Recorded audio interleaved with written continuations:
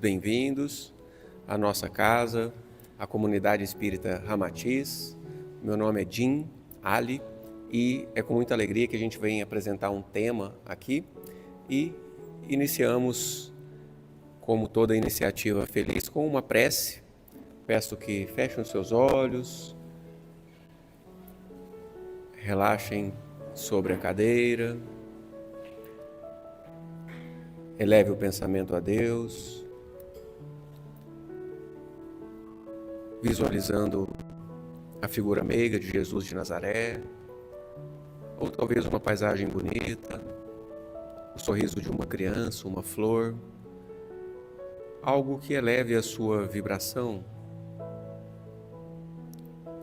para a paz, para a leveza, para a alegria de aprender com os ensinamentos de Jesus, que trouxe esse código de ética, esse código de bem viver, o qual estudaremos hoje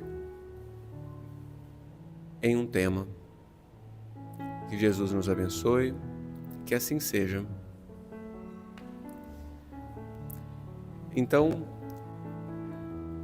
fomos convidados a apresentar um tema bastante interessante, já que nós percebemos que os temas do Evangelho, a linguagem de Jesus, especialmente por ser com frequência alegórica, através de parábolas, através de histórias, através de mecanismos que muito inteligentemente ele utilizou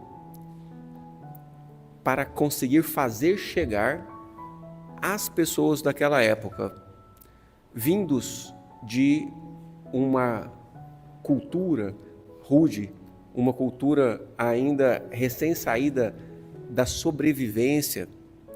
Jesus precisou transmitir o conhecimento através de histórias. Pensa o quão sábio ele precisou ser para, como um líder, um gestor, digamos assim, da evolução no planeta inteiro, em outros planetas da nossa galáxia, ele vinha para falar a homens simples e rudes, ainda movidos pelo egoísmo, ainda movidos pela necessidade da sobrevivência. Então, Jesus trouxe parábolas, e através de parábolas,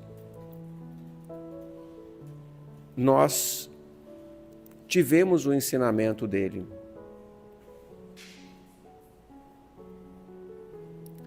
Deixa eu tentar tirar isso aqui.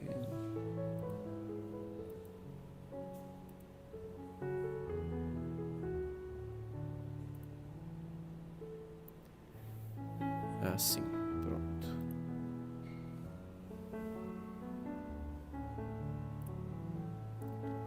E o tema de hoje é do capítulo 16 do Evangelho segundo o Espiritismo, que são conhecimentos compilados por Allan Kardec, o decodificador da doutrina espírita, sendo trazido por vários espíritos que o orientou nessa interpretação do Evangelho de Jesus segundo o Espiritismo.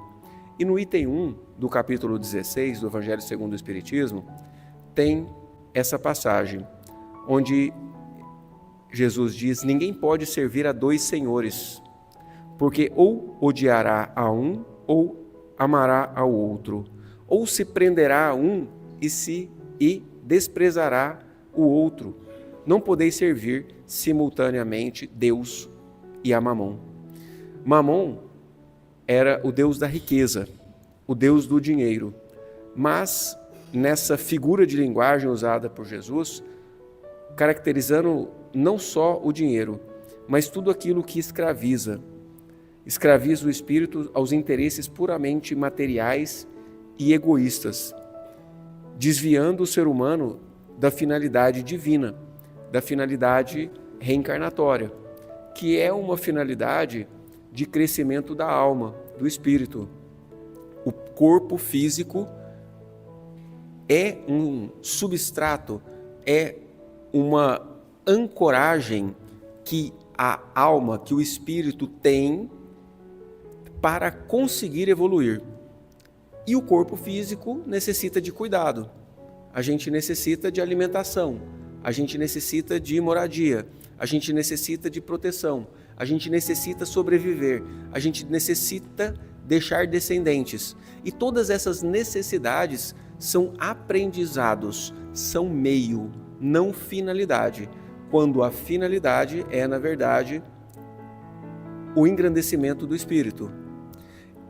E no item 2, também uma passagem do Evangelho, então aproximou-se dele um mancebo, um moço, que disse: Bom mestre, que bem devo fazer para adquirir a vida eterna? Respondeu Jesus: Por que me chamas de bom? Bom só é Deus. Se queres entrar na vida, guarde os mandamentos. E ele retrucou: Que mandamentos? Jesus disse: Não matarás, não cometerás adultério, não furtarás, não darás testemunho falso, honra teu pai e a tua mãe e ama a teu próximo como a ti mesmo. E o moço replicou: Tenho guardado todos esses mandamentos, desde que cheguei à mocidade. Que é que ainda falta? Jesus disse: Se queres ser perfeito, vai, vende tudo o que tens e dá aos pobres, e terás um tesouro no céu. Depois, vem e me segue. Perceba que Jesus foi, nessa passagem, como foi em muitas outras, extremamente enérgico, extremamente contundente, extremamente marcante, porque ele não poderia trazer uma linguagem menos marcante, menos contundente. Caso contrário, não moveria dentro do coração endurecido das pessoas a mudança que ele desejava. Então, ouvindo essas palavras, o moço se foi tristonho, porque possuía grandes haveres. Jesus disse então aos seus discípulos: Digo-vos em verdade, que bem difícil é que um rico entre no reino dos céus. Ainda uma vez vos digo, é mais fácil que um camelo passe pelo buraco de uma agulha do que entrar um rico no reino dos céus. E Jesus, quando trouxe essa fala, assim como muitos outros ensinamentos, abriu um leque de interpretações.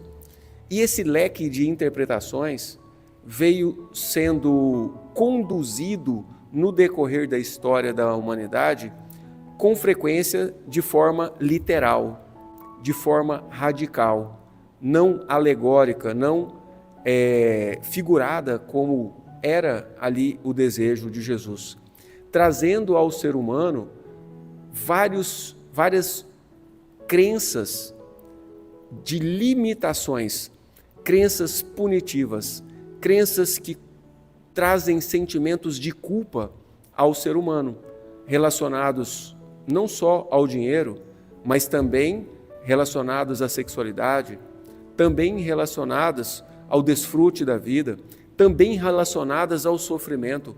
Quantas pessoas infligem em si próprios sofrimentos, associando o sofrimento à purificação, quando nem sempre ele é necessário que aconteça. A perfeição proposta por Jesus não é a miséria material, mas o desapego. O que ele quis transmitir àquele jovem ali era o desapego. Quer conquistar o reino dos céus?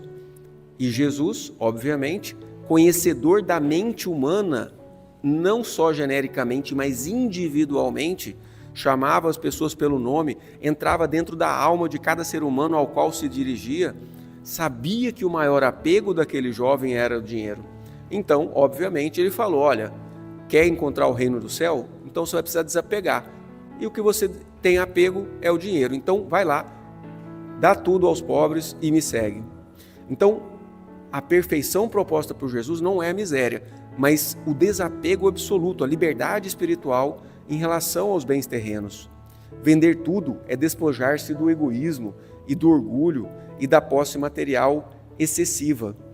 Então, esse vender tudo para aquele jovem era em relação a dinheiro, era em relação a posses. Mas quantos de nós temos o nosso apego ao cônjuge, o nosso apego ao título que temos, ao diploma, ao trabalho, à função, o apego que nós temos à nossa casa, o apego que nós temos a ideais que muitas vezes levam as pessoas até a agredir, a matar, a cometer crimes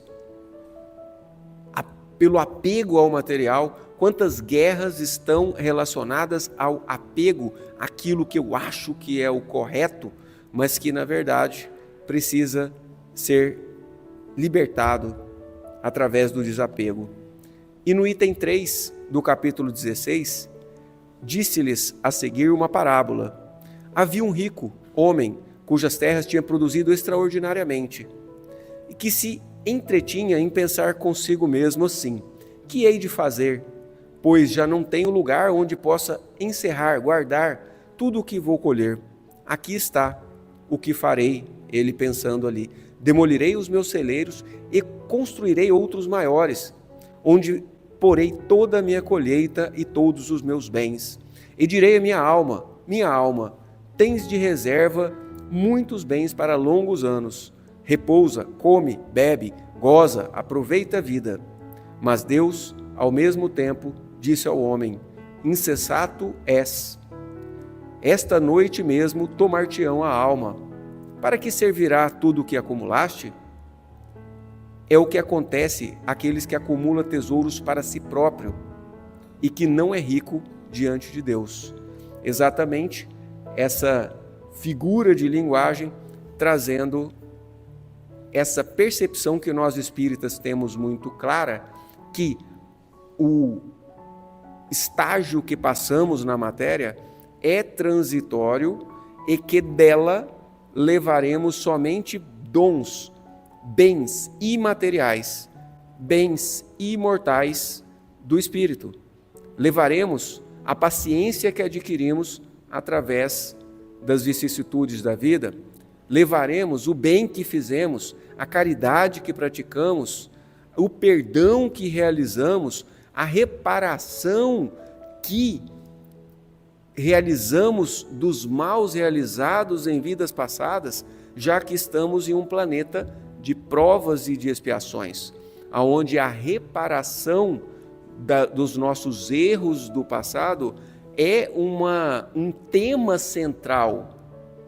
Se nós, vamos supor que, na melhor das hipóteses, a gente reencarna a cada uns 300 anos, na melhor das hipóteses. E 300 anos atrás, como é que estava a humanidade? 600 anos atrás, como é que estava a humanidade? 1000 anos atrás, como estava a humanidade? O Estado de Direito, o respeito às pessoas, o perdão, a caridade, a tecnologia, a medicina. Então, se a gente olhar um pouquinho para trás, bem pouco tempo atrás, tínhamos em nossas mãos o sangue dos nossos irmãos. Então, reparar esses maus é como a gente vai angariar tesouros no céu. A avareza é a manifestação do egoísmo extremo, a ilusão de que a segurança e a felicidade residem no acúmulo material. Essa é uma grande ilusão, que se eu tiver muito, eu não passarei privação. É uma ilusão que ainda está sendo movida por uma programação de sobrevivência, aonde eu estarei feliz se eu tiver um lugar protegido, seguro, muros que me protegem do mal alheio e alimento para comer. Se eu tiver proteção e comida, estaríamos satisfeitos. Isso na evolução mais animalizada do ser humano. Mas quando a gente vem trazendo um crescimento moral, quando a gente vem trazendo um crescimento intelectual, isso com certeza já não faz o sentido total. A vida verdadeira, a do Espírito, transcende as posses. Não ser rico diante de Deus é ter o coração vazio de amor e de caridade. Existe uma avareza extrema, existe uma avareza mais sutil, mas que de qualquer maneira se resume ao apego. A riqueza diante de Deus pode ser interpretada como investir o seu tempo, os seus recursos, a sua atenção, a sua energia nas amizades, na caridade, nos crescimentos intelectuais, uma língua nova que você aprende a falar, um tempo dedicar ao estudo sistematizado da doutrina espírita, por exemplo. Para quem tem mediunidade, desenvolver a própria mediunidade e fazer a caridade também com dinheiro. Por que não? Doar em dinheiro também, se nos é possibilitado ter os nossos recursos financeiros, que nos dá casa, comida, que nos dá proteção, que nos dá provimento, que dá um carro para andar, por que não também doar às instituições de caridade, doar às pessoas que necessitam? A história de Zaqueu, que era um rico, que, sabendo que Jesus estava passando por ali, subiu em uma árvore para ver Jesus passar. E quando Jesus estava passando, Jesus falou: Zaqueu, desce daí que hoje eu vou pousar em sua casa. E Zaqueu, ali, mesmo sendo muito rico, ele foi escolhido por Jesus para ali estar. E a riqueza material direcionada pelo arrependimento sincero, pela vontade de reparar, quando Zaqueu falou: Senhor, dou metade de todos os meus bens aos pobres, e se causei algum dano a alguém, seja no que for, indenizo em 4 tantos. E ali, esse arrependimento do Zaqueu trouxe para ele essa oportunidade de transformação, de progresso material, uma reparação ativa. Se cometeu uma injustiça do passado, uma calúnia, um prejuízo financeiro, buscar ativamente a pessoa para se retratar e, se possível, reparar o dano material ou moral. E nós estamos dentro de uma função central da existência, essa reparação desses males que nós realizamos, não só os financeiros, os prejuízos financeiros que porventura realizamos, mas as traições, as violências, as agressões, as subjugações, os controles que realizamos diante das outras pessoas. E, de alguma forma, nós podemos e devemos nos antecipar. Por quê? Estamos num planeta de provas e de expiações. Prova é, vamos ver se aprendeu. Expiação é sofrer para pagar dívida. Se a gente tem uma dívida para pagar, faz sentido mais sofrer para pagar essa dívida ou faz mais sentido pagar ela ativamente com a caridade? O que vocês acham? É uma pergunta que tem que estar dentro do coração da gente o tempo todo. E no item 5, nós temos a passagem do rico e do Lázaro, o preço da indiferença. Essa parábola que Jesus conta de um rico que se banqueteava e Lázaro era um mendigo que pedia ali as migalhas com suas chagas sendo lambidas por cães. A inversão de papéis no mundo espiritual. Logo depois da morte, Jesus descreveu que Lázaro estava ao lado de Abraão, sendo ali em um lugar confortável, no reino dos céus, que era da cultura ali dos judeus, na qual Jesus estava inserido. Ele tinha que tomar por base a cultura dos judeus para trazer uma nova cultura. Por base os ensinamentos dos judeus, que com certeza já veio de forma mais aprimorando a ética, que primeiro era a lei do mais forte, que depois com Moisés é o talião, olho por olho, dente por dente, e que embasou a cultura judaica, que já tinha ali um Deus único, ou seja, o monoteísmo, e que preparou a humanidade para o ensinamento de Jesus, que era a lei e é a lei da caridade e do amor.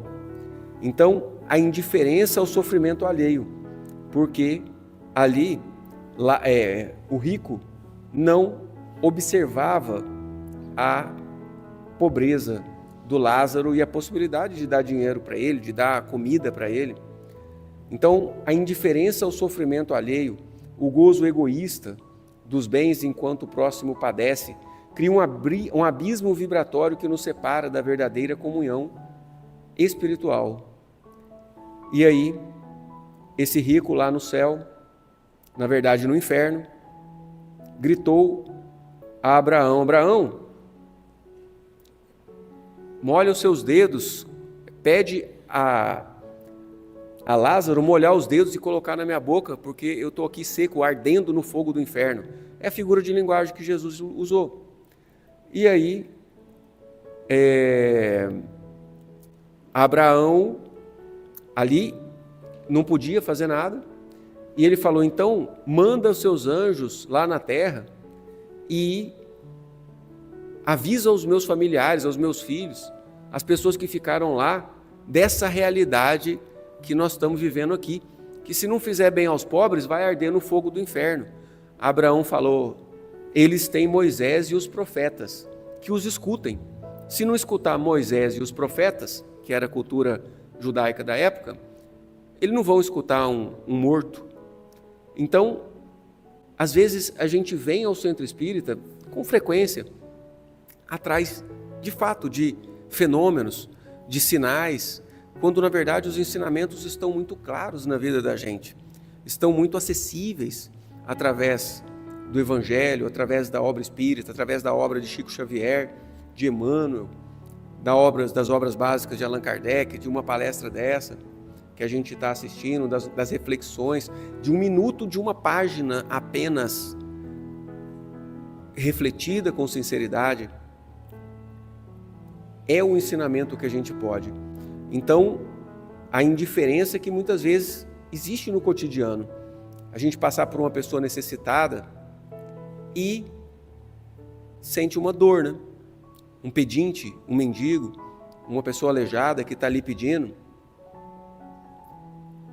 Muitas vezes a gente não tem coragem de olhar, de dirigir um pensamento, de fazer uma oração por aquela pessoa, ou de dar alguma coisa mesmo, ou um colega de trabalho, né?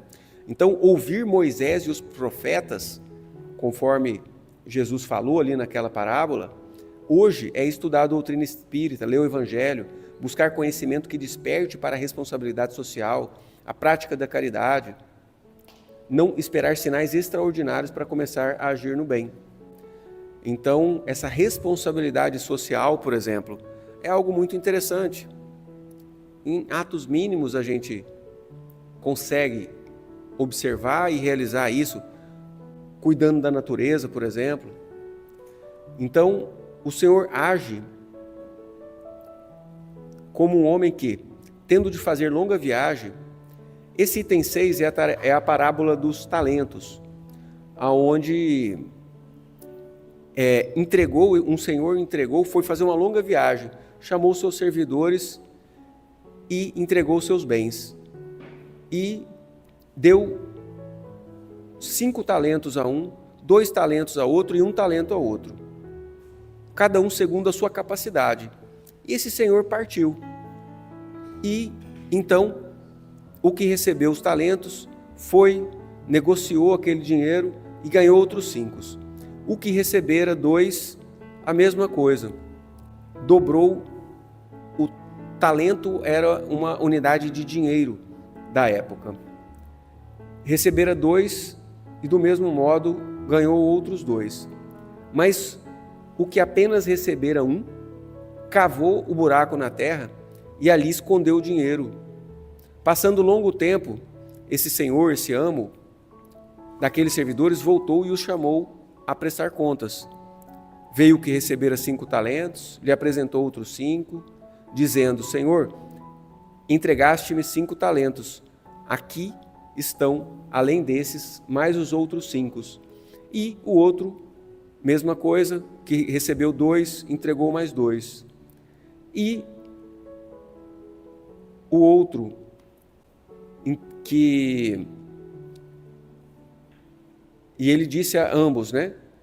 Bom e fiel servidor, pois que foste fiel em pouca coisa, confiar-te-ei muitas outras. Compartilha a alegria do teu senhor. Veio em seguida o que recebeu apenas um talento e disse: Senhor, sei que és severo, que ceifas onde não semeaste e colhes onde nada puseste. Por isso, como te temia, escondi o meu talento na terra. Aqui o tens, restituo o que te pertence. O homem, ou seja, o Senhor, porém, lhe respondeu: servidor mau e preguiçoso, se sabias que ceifo onde não semeei e que colho onde nada pus, devias pôr o meu dinheiro nas mãos dos banqueiros, a fim de que, regressando, eu retiraste com juros o que me pertence. Tire-lhe, pois, o talento que está com ele, e deem ao que tem 10. Porquanto dar-se-á a todos os que já têm, e estes ficarão cumulados de bens.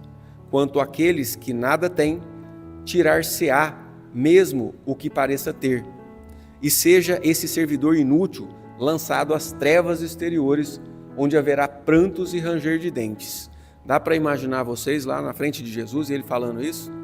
Dá para imaginar as pessoas escutando isso?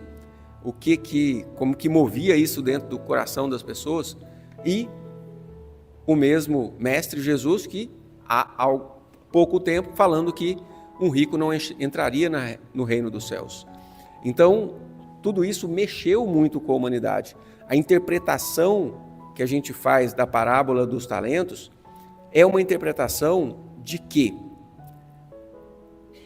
Da mentalidade, do tipo de mentalidade de escassez. A mentalidade desse servo que só recebeu um talento, que escondeu o dinheiro com medo de perder, era uma mentalidade de escassez. E Jesus ali está explicando a lei divina. Quem tem uma mentalidade de escassez, quem acredita fielmente que tem pouco e que o pouco que tem poderá ser perdido, essa pessoa tende a perder. Você atrai também aquilo que você rejeita, inclusive a escassez.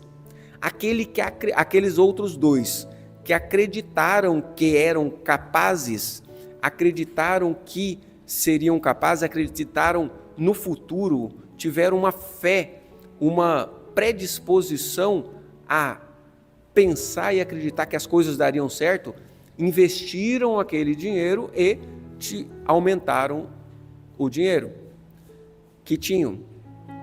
E Deus, o Senhor, aqui representado, deu mais a eles. Então assim é a nossa vida também. Quais são os talentos que a gente está enterrando e que não está colocando a serviço? Porque perde. Quem já ouviu falar? Mediunidade não utilizada vira provação, vira expiação, vira sofrimento.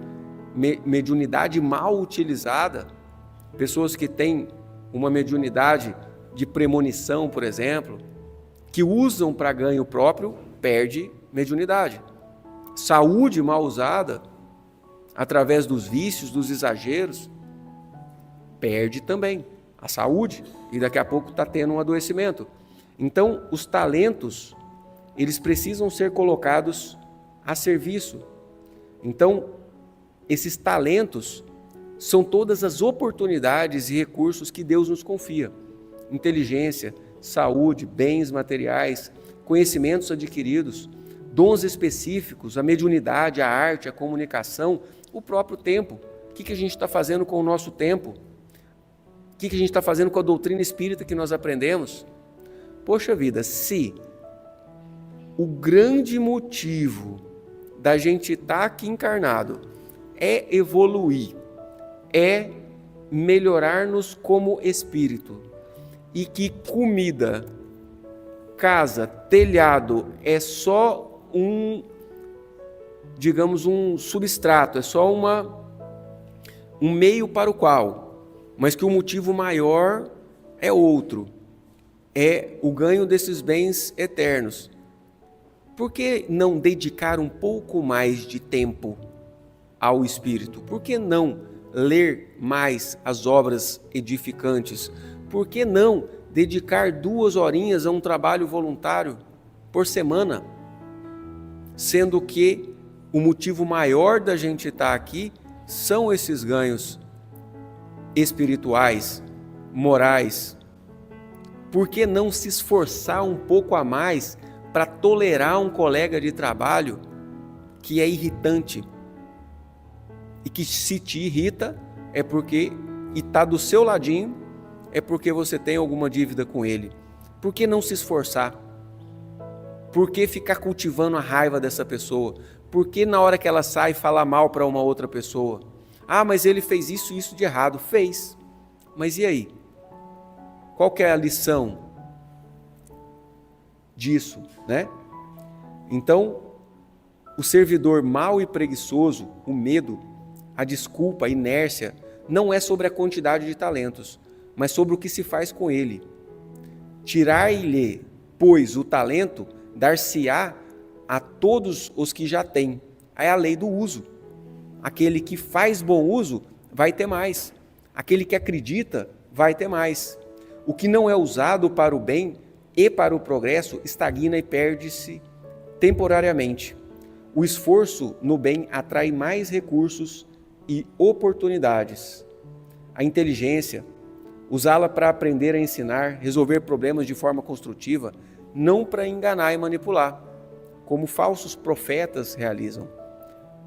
Usam a inteligência, o poder de persuasão para manipular, para obter vantagens próprias. E são grandes talentos, mas que, sendo mal usados, vão acabar trazendo prejuízos nas relações interpessoais, nas relações amorosas também.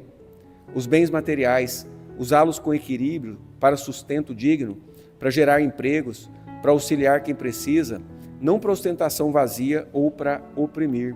A mediunidade, desenvolvê-la com estudo e seriedade, colocando a serviço esclarecimento de consolo gratuitamente. Tempo livre, dedicar uma parte ao estudo edificante, ao trabalho voluntário, ao cultivo de virtudes, em vez de gastá-los apenas com entretenimento fútil. E hoje o entretenimento fútil está no bolso e na maioria do tempo na mão, que é o celular, né? As redes sociais com um suporte ali, com um aporte de dopamina, de um prazer rápido, efêmero. Os vídeos e os conteúdos não podem nem passar de 2, 3 minutos, porque já desinteressam das pessoas. Então, o que a gente está fazendo com o nosso tempo, com o conhecimento espírita?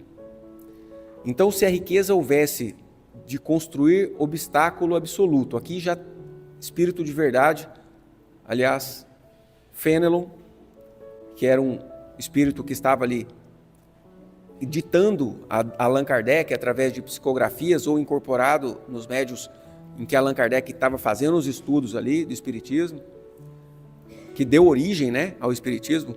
Allan Kardec era um cientista, então ele estava estudando fenômenos meio estranhos que ninguém explicava.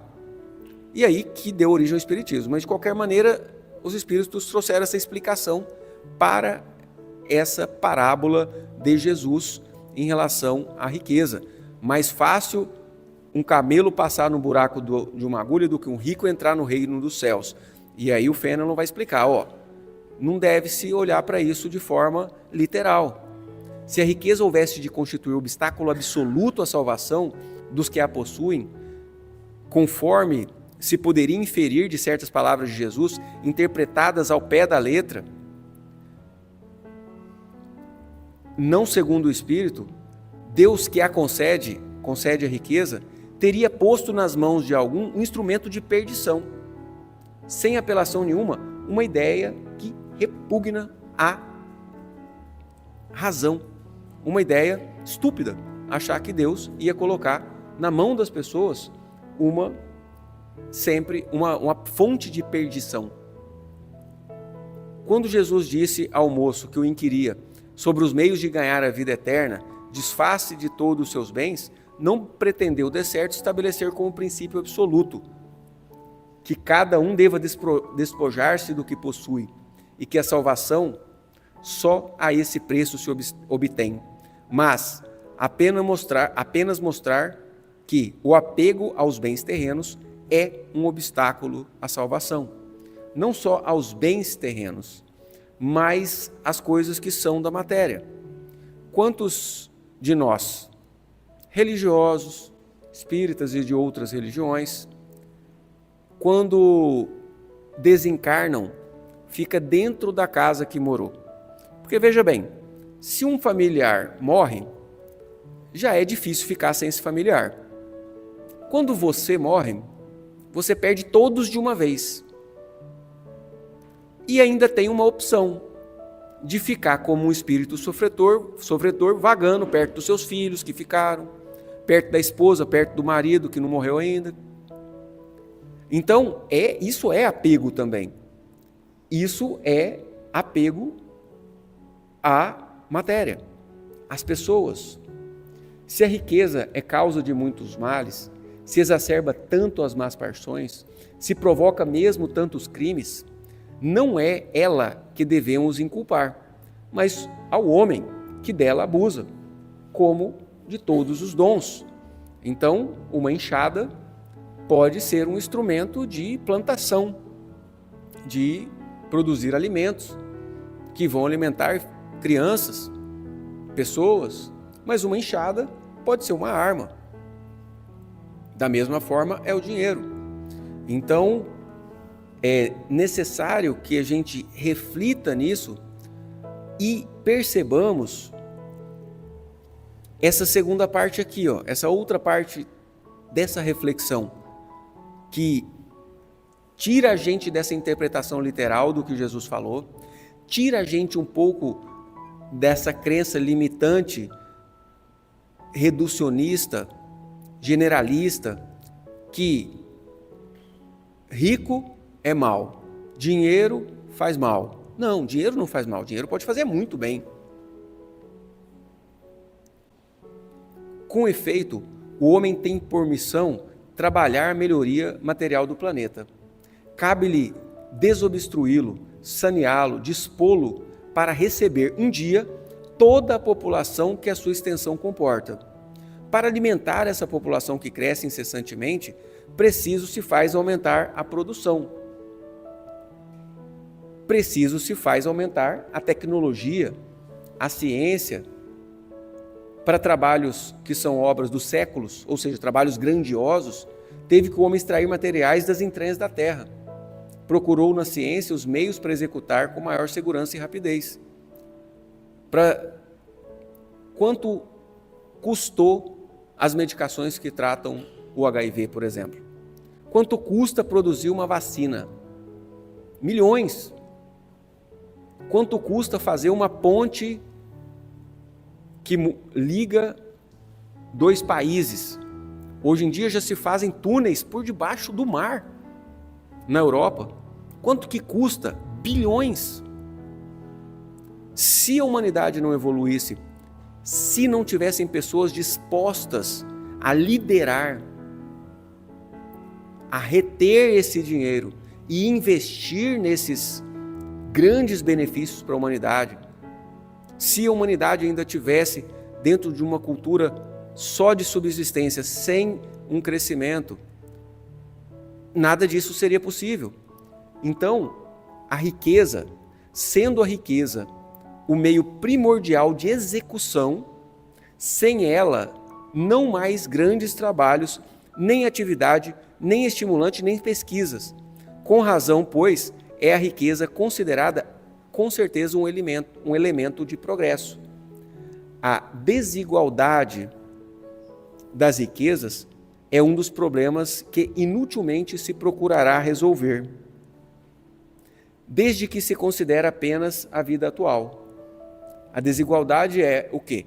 Ter pessoas com mais dinheiro e pessoas com menos dinheiro, pessoas com abundância material, pessoas na pobreza, passando fome e às vezes até morrendo de fome. Então, se você considerar apenas a vida atual, vai ser injusto mesmo.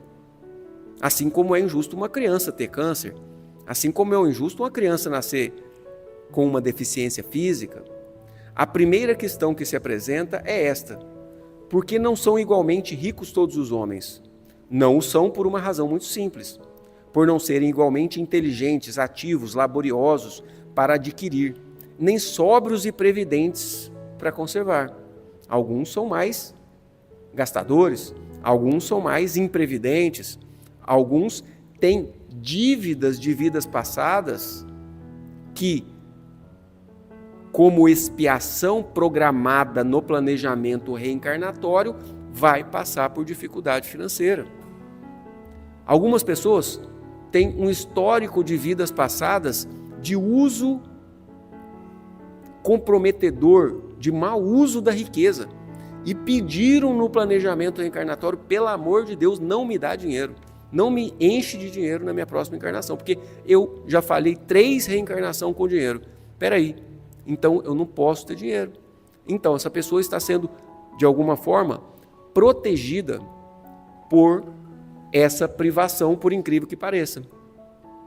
Para trabalhos que são obra dos séculos, isso aqui eu já falei. Então, trazendo uma reflexão a todos, né? Então, quais mamons? O que é mamon? Não só o dinheiro. Mamon era o deus do dinheiro na época, né? Porque existia cultura politeísta, né? Então tinha o deus do sol, o deus da plantação, o deus do dinheiro, o deus da reprodução, o deus de um monte de coisa. E o mamon era o deus do dinheiro. Mas aqui, quando Jesus falou, não dá para servir ao Deus único e a esse Deus mamon, ele não estava falando só do dinheiro, mas tudo aquilo que se tem apego. Quais mamons ainda me seduzem e me desvia do essencial que eu já descobri? Se estamos aqui, buscamos algo mais essencial, buscamos algo mais transcendente. Não tem essa. Quem já está só na superficialidade, na curtição, não está numa casa religiosa, está num bar, numa boate, está em outro lugar, está numa ostentação, está numa curtição, está na corrupção. Então, quais são os mamons que ainda me seduzem? Se não é o do dinheiro, se é o apego ao controle do meu filho, da minha filha, ao controle do meu marido, da minha esposa, ao controle dos colegas de trabalho? Como posso hoje vender tudo, como Jesus falou àquele mancebo? Vender meus apegos e seguir a Cristo mais de perto. Quais os meus talentos que estão enterrados por medo e negligência? O que eu tenho de valor para agregar à humanidade que eu estou negligenciando, que eu estou com medo de colocar a serviço? Onde que eu estou comodista na minha vida? Estou construindo celeiros para mim ou pontes para os outros? Estou tentando guardar algo que eu não vou aproveitar depois que eu morrer? Porque a morte é uma das poucas certezas que a gente tem. E a gente não sabe quando ela vem. Mas, quando ela vier, ela vai te pegar com os bens que você tem. Morais, os bens imortais, os bens da alma, os bens do espírito. Quais são os bens do espírito que eu estou adquirindo para levar para a vida eterna? Muito obrigado. Vamos então passar a segunda parte do nosso trabalho, que é o passe magnético, aonde elevemos o nosso pensamento a Deus, a Jesus de Nazaré, visualizando uma paisagem bonita, um nascer do sol radiante, um campo florido, como representação da bondade, da beleza e da harmonia. E assim, abrindo os nossos corações para receber as emanações de bondade e de amor que vem como uma grande cachoeira de luz, que vem do nosso Senhor, que vem de Jesus, que vem da espiritualidade superior, que está sempre disponível e aberta a qualquer um de nós, que reunidos em nome de Jesus, possamos abrir o coração para receber, que possamos não só colocar nas mãos de Jesus as nossas demandas, as nossas necessidades, as nossas dores, que possamos não só rogar a Deus pela nossa saúde, mas para que possamos encaminhar um pensamento de paz, de alívio, de amor às pessoas que nos são caras, aos nossos familiares que talvez não puderam vir, que possamos enviar um pensamento de caridade e de perdão aos que nos fizeram mal, que possamos abrir o coração, a mente, a alma, o corpo, para receber a resignação necessária para passarmos pelas provações atuais, que possamos abrir o coração à bondade divina, que possamos fortalecer o nosso coração na gratidão pela oportunidade de vida, sabendo que cada um de nós, por muitos anos, esperamos pela convivência que temos hoje com os nossos filhos, com os nossos pais, cônjuges, irmãos, colegas de trabalho, companheiros da seara espírita, companheiros do trabalho religioso. Nós sabemos que por muito tempo esperamos a oportunidade de, estando encarnados, cumprirmos a nossa missão, pagarmos as nossas dívidas, realizarmos o nosso trabalho redentor, que possamos, cada um de nós, sair daqui com o coração banhado pela luz que vem do alto, que possamos, cada um de nós, refletirmos